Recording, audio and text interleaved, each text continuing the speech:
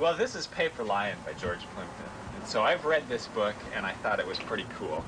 And I'm going to set it back indoors so it doesn't get all wet.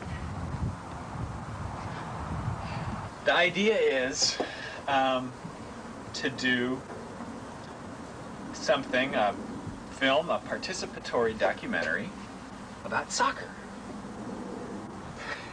That's the part we're going to edit out, that right there. Okay. Where I went, soccer, soccer. So the main questions are, what is it about? Why would we videotape soccer? And I guess I can just start spieling off ideas, because what it actually would end up being about would probably just sort of evolve more than be decided ahead of time. But I can list things like, it could be about soccer in general, about soccer's struggle to make it in America, about the difference between an amateur soccer player and a professional soccer player. Because ideally the thing would be that I would play soccer on a field with people who are better than me, as a person who is like a pretty good amateur soccer player, stepping onto the field and like getting my butt kicked by guys who are professional soccer players.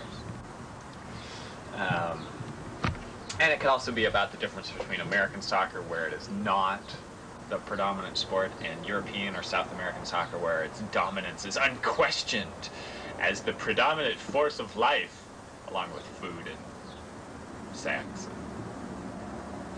and sleazy governments, corrupt governments or something.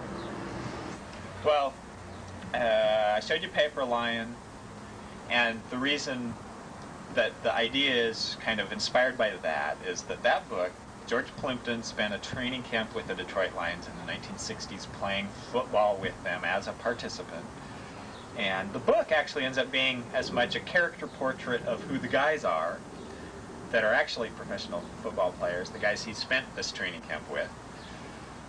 So in the end, you kind of get this sense of understanding of who those guys are.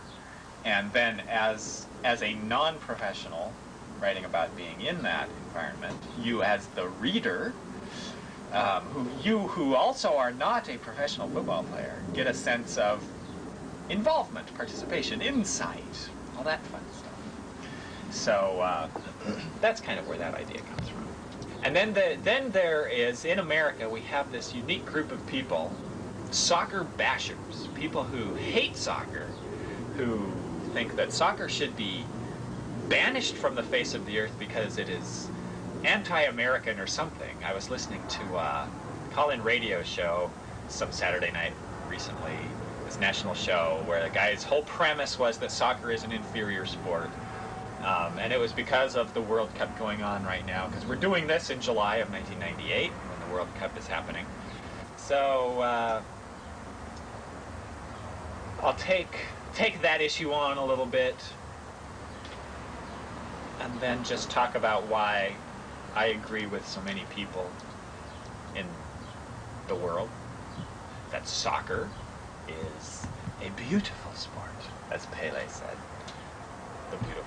The beautiful game. Are you going to be standing up? Yeah, I think so. Okay, I'm not sure. I can like talk about. I'm not sure if I can get your feet, the ball, and your head in the shot at the same time, because it's so close up. Well, whatever. That's fine. Get the ball a little bit. Okay, well then I'll sort of just like jump. I can just do that MTV Pepsi ad thing where like they go on the side to get the whole frame in. Let's see. As we do this, we're a couple of days away from the semifinals of the World Cup today. So yesterday I watched Netherlands against Argentina in the quarterfinals. It was a 1-1 game for the longest time, and in the 90th minute, a defender lobs the ball up, the kind of thing you think never works. It's like a desperation move. Lobs the ball up the length of the field to Dennis Bergkamp, who brings it down, one touch out of the air, down onto the ground, to the left, away from the defender. One bounce off the outside of his foot, past the goalkeeper. It's great. Oh my God. Good. Stop.